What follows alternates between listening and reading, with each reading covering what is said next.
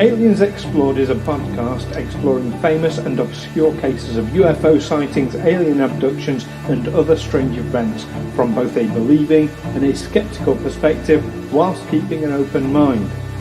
I'm Stu Jackson, a professional actor and amateur ufologist with a particular interest in the crop circle phenomenon. I'll be debating that otherworldly visitations are real. The truth is out there. And I'm Neil Kelly. I'm a professional actor as well and used to work for the military as an intelligence analyst. I'll be arguing from a more doubtful point of view. I mean, it's all a bit far-fetched, isn't it? Lake Baikal in Southern Siberia is the largest freshwater lake in the world. It contains more water than all of the North American Great Lakes combined and has a surface area slightly larger than Belgium. But what strange and exotic creatures might dwell in those depths? And what are we to make of declassified reports that some of those creatures are 10-foot tall bipeds in silver spacesuits? Join us on Aliens Explored as we dive headfirst into the mystery of Russia's giant underwater humanoids. Welcome back, listeners, to another episode of Aliens Explored, where we discuss the strange, mysterious and otherworldly. I'm one of your hosts, Stu Jackson. And I'm your other host, Neil Kelly. And it's an interesting one this week. We are going back to the 1980s, early 80s, 1982 to be precise, and over to Soviet Russia. I really want not to try accents, despite being an actor. You need to work on that one a bit. Mind you, I think most spy thrillers, they use pretty cod accents, don't they? As long as you talk a bit like that. That's right, comrade. Okay, enough of that. So normally we talk about UFOs, but this time we're talking about USOs. Unidentified submerged objects, which might also be UFOs that have become submerged. You know, yes, it came from outer space and also from the bottom of the sea. So. Absolutely, and indeed. So what happened back in July 2009? Quite a lot of records from the Russian government were declassified. And in amongst them, you did have some interesting ones where you had a submarine encounter with a group of UFOs, for example, or be underwater, who then took off and went out the water. So you're absolutely right in what you're speculating there. But that's not what we're talking about this week, is it, Neil? Well, I don't know. Okay.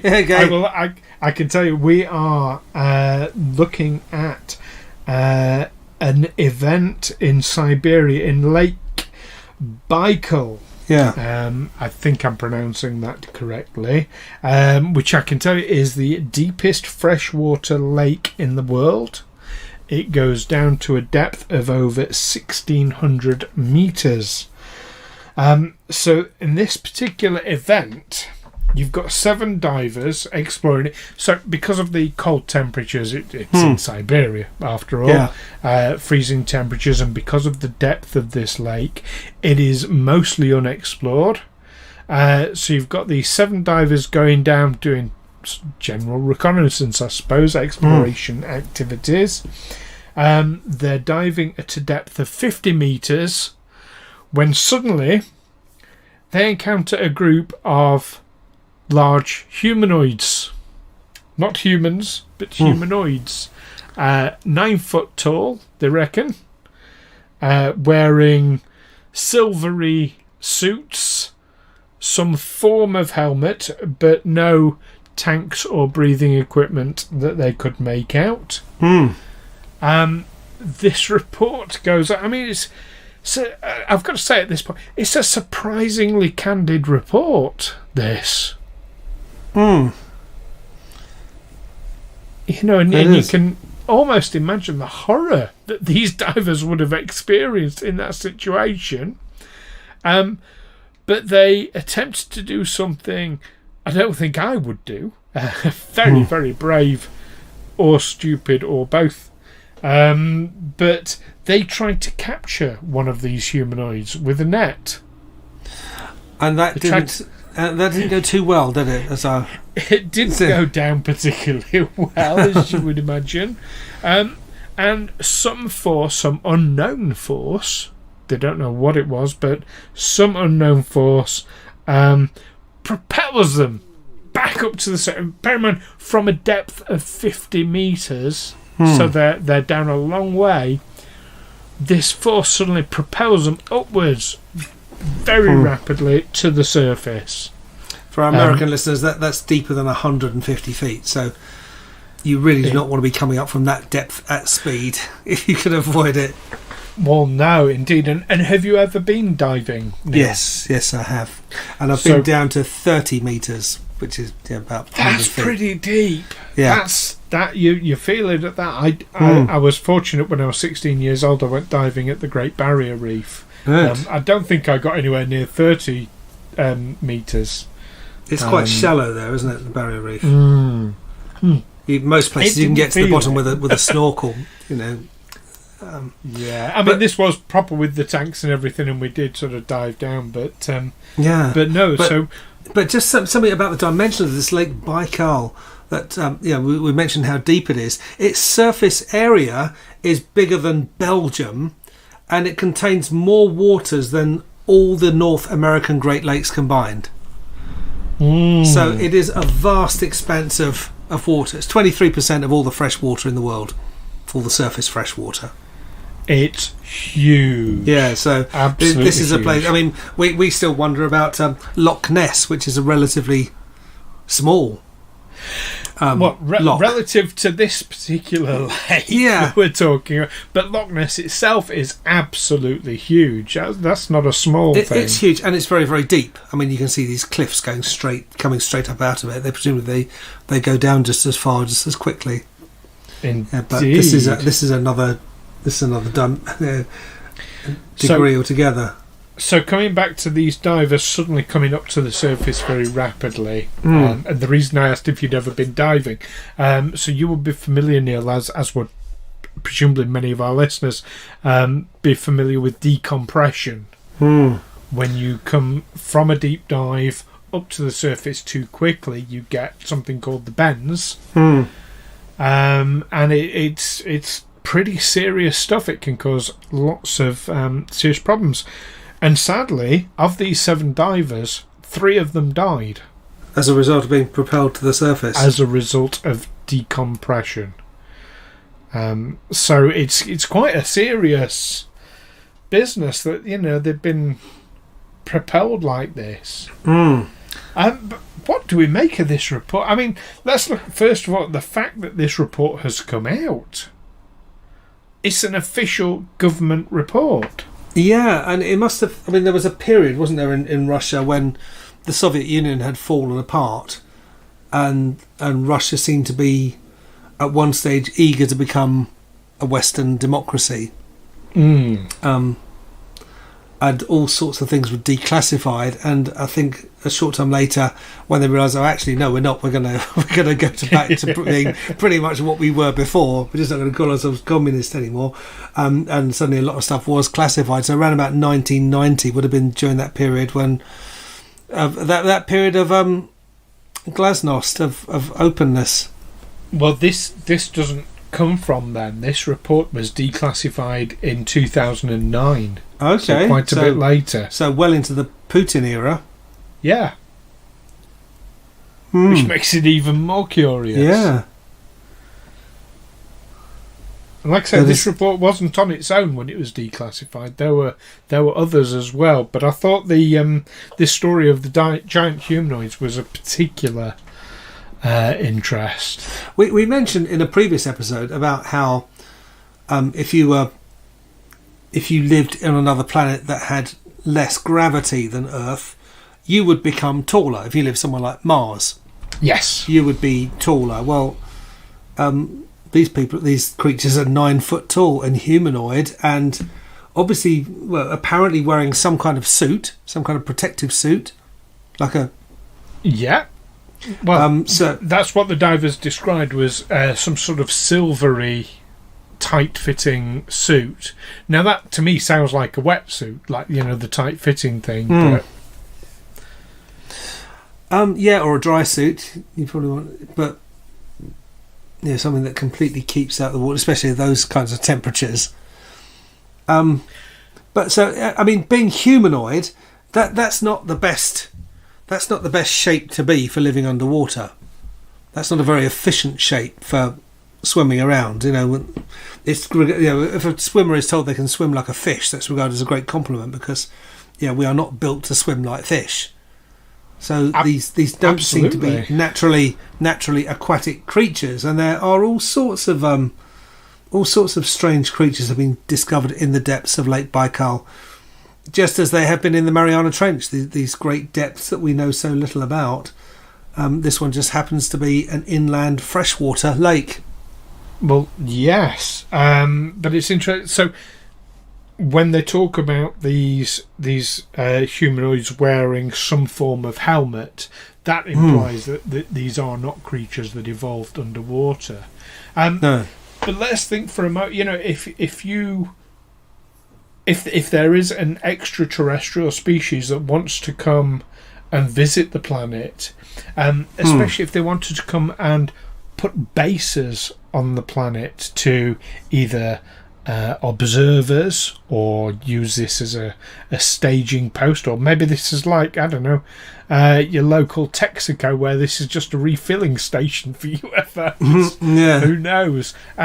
Underwater is going to be the best place to do it because the sentient life's not going to see you, it's not going to be aware of you. If you've got the technology to withstand the great pressures of being underwater, which if you can do interplanetary travel, I've got to believe that being under a bit of water is going to be fairly easy to deal with. Well, I mean, they would want to be avoided. They would want to avoid contact with humans. That would be the only creature on this planet they'd really be keen to avoid, I would have thought. There is intelligent life at the depth. So whales are pretty intelligent, but obviously, they're obviously not too fussed about UFOs. Well, am I right in thinking though that whales and dolphins, I believe, are an intelligent species? They can't go that deep underwater. No. So no. Even that, and let's look at the size of water as well. Well, you don't get any whales or dolphins in freshwater either. So this Lake Baikal is looking like an ideal place to have a UFO base. You said that there's lots of strange creatures being found in Lake Baikal. What's to say that they're terrestrial? Yeah. If you're setting up an alien base, why not make it home away from home and bring your own, flora and fauna? I mean, it's obviously an environment that they can adapt to. They can live down there, but not naturally if they're having to wear these special suits. No, but that's fair enough. Again, if you're forming a base, you wouldn't need to be naturally underwater. So, and of course, we don't have the technology to have something that can enter the Earth, can fly in space, enter the Earth's atmosphere, and then dive to the bottom of an ocean or a deep lake. But we don't. Just because we don't have that technology doesn't mean it's not we possible. have technology that can take us into space and bring us down and put us at the bottom of the ocean, just not safely. Yeah. not survive. Not on purpose. Yeah. But yeah, so absolutely fascinating. I mean, I'm wondering also what was going through these divers' mind, when they try and capture one. What on earth were they thinking? Yeah, I suppose they didn't know what they were dealing with. I suppose they were relying on hand signals to decide what to do. I mean, they obviously went down. I mean, they had a net, So they must have gone down there with some intent to capture something. Did they have an inkling there was something down there that... Well, their role was to go and investigate and to explore. And yes, I would imagine that they would take a net so that if they found something of interest that they wanted to bring back to the surface for further examination, a net is the perfect way of doing it, because you don't want to bag, because that's going to take all the water with it and create drag. Nets don't create the drag, but they, will carry things. Yeah, I mean, So, what it could makes have sense sent to me. what could have sent these divers hurtling to the surface? A great big bubble of air suddenly produced. Yeah, again. Yeah. I I mean, it probably wasn't I've an got explosion, no idea. because that would have had a more obvious effect on them. Well, a Or not lot like a bomb. a lot of the reports of UFO technology, when you hear reports from people like Bob Lazar, who reportedly reverse engineered alien spacecraft, and the way they're supposed to operate, they work on gravity drive. So they work on technology that manipulates gravity. Now, if you can do that, if you have that technology, you can send someone hurtling to the surface in a body of water quite easily. Just using your own propulsion system. Yeah. But that also implies that they've got it on them somehow, that they've... But maybe, maybe you're into psychic, telekinetic abilities as well. There's a story that goes back to the 1930s when happened to be a paranormal researcher named Ilya Grabowski. This story is from the medium.com. How he was exploring strange happenings around Lake Issyk-Kul, which is located in the northern Tian Shan mountains. He'd heard legends about hidden caves in the area. So he contacted a local who had inadvertently stumbled onto one. At first, the man was reluctant to describe his experience, but Grabowski persuaded him to do so. So they found these caves, which were inaccessible, so they had to come back again with ropes and torches and pickaxe. The following day, exploring the cave, they made a startling discovery. In its innermost sector, they discovered 3 human skeletons, each one measuring more than 10 feet tall. Around their necks, each skeleton had a silver amulet in the shape of what the men described as bats. Apparently there have been several reports describing UFOs of that shape. Now, what happened to these bodies with their amulets? Well, that's a good question. Where are they now? I would be inclined to suggest, pure speculation, that a government has them somewhere. Yeah. Even more intriguing is a local Kyrgyz legend that references a sunken city on the bottom of Lake Issyk-Kul. The last ruler of the ancient city had been a king Osunis, a giant with long ears. The legend also mentions that Osunis was able to fly between the mountains in the blink of an eye. Oh, here we go. The discovery frightened the men enough to keep silent about it for years, but not enough to leave the silver amulets behind. They melted the jewellery and sold the silver, but kept a small fragment as a memento. No photograph of this fragment survived to this day, but Grabowski would later write that the Soviet scientists who got the chance to examine it were unable to determine its exact age. Oh, that's unfortunate. Yeah, it is all this evidence that just... he rummaged through local archives and found that the earliest mention of similarly gigantic creatures dated back to the mid-1800s.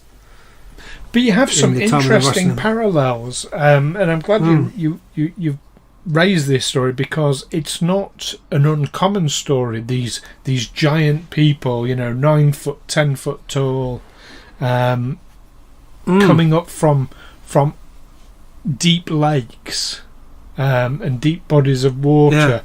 Now, I don't know about this one you refer to, but Lake Baikal is a UFO hotspot. Okay. So you get a lot of UFO activity around there, and you do in fact get UFO spotters coming up and around. Now it's as you say, it's a large area in of itself, but it's a common theme you get quite a lot with you in ufology. These large bodies of water that are very deep, you get UFOs coming in and out of them. You get sightings of strange creatures. Yeah.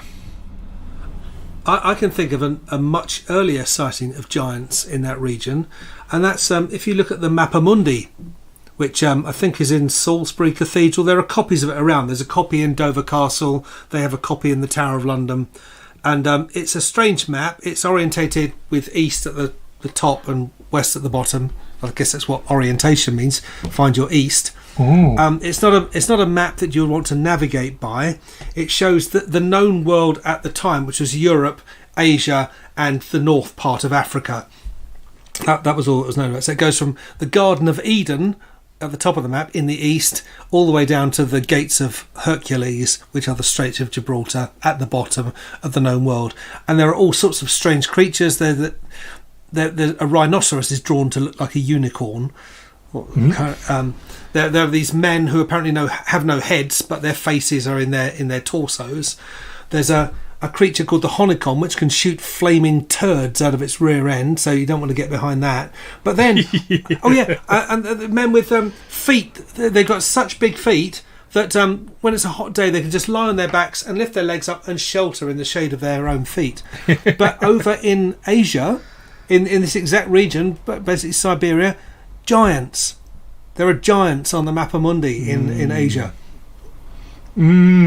So, yes. So how much of that is imagination come from and somewhere. How much is led by perhaps folk tales or... I mean, you wouldn't want to navigate by the Mappa Mundi. I mean, Jerusalem's probably in the right place at the centre of the known world. You can see where Moses parted the Red Sea and wandered in the desert for 40 years. You can see where the Tower of Babylon is, and the Garden of Eden. But don't try and find your way by it. And all sorts of sea creatures, all sorts of sea monsters that account for missing ships. See, that mainly in the raises Mediterranean. A bit of speculation as well that when ships go missing unexpectedly, and of course the mystery of the Mary Rose, are these ships that have encountered alien bases or alien, you mean the Mary UFOs? Celeste? Mary Celeste, yes. Mary Rose just overturned in plain sight. I remember the raising of the Mary Rose when I was at school. But the Mary Celeste, a ship found with everyone just gone. Yeah, and never seen again. Places set for meals, untouched. Yeah, very bizarre situation. No sign of anybody. No sign of any emergency. Just people gone. So even when people are trying to speculate as to a theoretical answer of what may have happened, that some decided to go swimming, someone got into trouble, more people jumped into helm. That doesn't explain everyone gone. Well, every single person jumped off the ship and got left behind by it. And you wouldn't have the stuff left undisturbed the way it's undisturbed. Yeah, it's a very, very strange mystery. That would be, yes, Mary Celeste. Mary Celeste. So are we talking about alien intervention there? Are waters of this planet... I mean, so we're talking about aliens. Maybe, and this is pure hypothesis now, maybe they're not. Maybe they're just a more evolved terrestrial species that don't want to have contact with us. Maybe it just seems humanoid doesn't seem a very good form to be living in water. Well, no, but perhaps they're humanoids who developed on land and then went into the waters. I mean, I know that we as humans aren't naturally adapted to be top of the food chain on the surface of this planet. that we have all sorts of our main advantage over the rest of the kingdom, the animal kingdom, is the size of our brains, and the fact that we can build these defences, build these weapons, just naturally. Pretty much any animal is stronger in tooth and claw and better armoured and can take us down. I thought it was our opposable thumbs. Which enables us to use tools. It enables us to use tools, but you always have a bit of a brain to use them. I mean, we are the only creature that's moved up the food chain. At one point, humanoids were, Homo erectus is probably way down the food chain, hunted as prey, whereas we're not. Unless you happen to be very hapless or unfortunate, you're not likely to end up being hunted as prey by another animal. Indeed. Well, let's hope that that these giant humanoids do not see us as prey. Let's summarise what we think then. So about this particular story from Lake Baikal in 1982. What do you think then, Neil? Was this a story you'd heard before? Like I say, it was only declassified in 2009, so just 12 years ago now. Or 11 and a half years as we record this. Yeah, it's... had you heard it before? It's a funny one. I mean, I do believe that there are all sorts of creatures down in the depths. We haven't conclusively proven the non-existence of the Loch Ness Monster. People still believe in it. And Loch Ness is a much smaller body of water than Lake Baikal or the Mariana Trench. The giant squids. No one's ever seen one alive, but they have found a dead one. The kraken that would sometimes rise to the surface and take down ships. I had a book when I was a kid of mysteries of the was it Stranger Than Fiction or something like that. It had a picture of this sort of 16th century or 15th, 17th century sailing ship with giant tentacles wrapped around it, being dragged down into the depths, or Voice at the Bottom of the Sea. So. Yeah, I believe that there is life down there that avoids us, but could present a real threat to us. But humanoids, it seems really, really strange. I don't know. See, and the fact that this evidence then disappears, this evidence from these caves. Well, that's a different story, though. We're talking about the Lake Baikal. Yeah, but it's still these 10-foot tall humanoids found, skeletons found in caves, and with amulets around their necks that in the shape of bat-shaped flying saucers, which of course they melted down rather than prize them for their scientific value. They're just it's made of silver. Let's melt it down and make a few bob. Melt it down for scrap. Why would you do that? But that's a different story. We're talking about Lake Baikal. Lake Baikal. I don't know. It's an odd story. I can't discount the deaths of divers by something they've encountered down there. Hard to say. It's hard to imagine the Soviet Union tolerating aliens on its within its borders. I don't know if they were Navy or not. I honestly don't know. I think possibly they were Russian Navy. Yeah. Yeah, I think I'm on the fence with this one. Don't know. Okay, well I'm absolutely convinced that this is a genuine report. I mean, why wouldn't it be? Why would Russia, the Russian government, have basically validated this story, and why would they make it up? That's to what end? What would they have to gain? Do you know, when I was searching this, and the only UK press outlets I could find that had reported this were The Sun, the Daily Mail, and the Daily Express, the three least reliable outlets. I know. Not just in Britain, but possibly in the developed world. You know, we're talking for our American listeners. We're talking National Enquirer type credibility here. But more Fox News, I think. But But no, why? I can't think of a single reason why the Russian government would make something like this up. So I'm absolutely convinced that this is a genuine report. Whether these humanoids are aliens or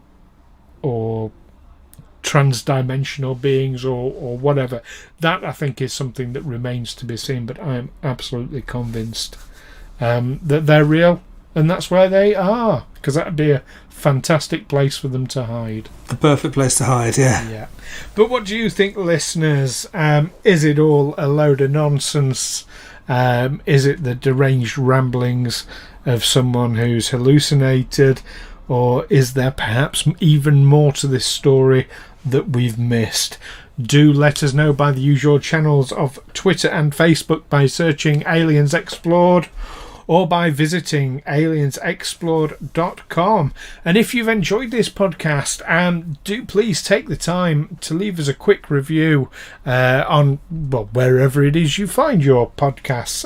Apple Podcasts is a favourite, but wherever you listen to us, do please leave us a review. Join us next time when... this is a good one, Neil. I am really looking forward to this. Okay. We will be discussing the famous Alien Autopsy film. So join us. The Alien Autopsy film. Yes, and join us for that one.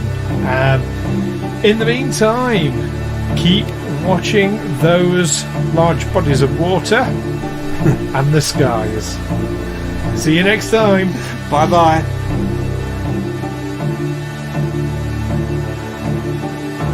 Aliens Explored is a Figo Films production in association with Juicy Falls. Music by Darren Mafucci and editing by Stu Jackson. Find us on Twitter and Facebook by searching Aliens Explored or visit aliensexplored.com.